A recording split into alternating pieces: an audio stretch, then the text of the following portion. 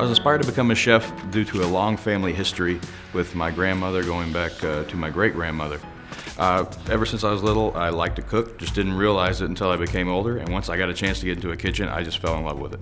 It's definitely creativity. You can mix and match different flavors, taste them, and then see what you have created. Like an artist, it's very fantastic to produce in the morning and see the results in the evening and the happy guests. As a good pastry chef, you always had the possibility to continue the magic that happens during a menu.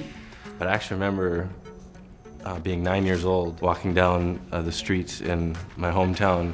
There's a place called Sammy's Pizza that they make all these fresh dough in-house, and they have these big sheeters that they roll it out, and then they top everything off, throw it in these big deck ovens that are like 100 years old. Just watching that from the window, I was amazed, you know, the energy, the emotion that's in there. I mean, it's so fascinating.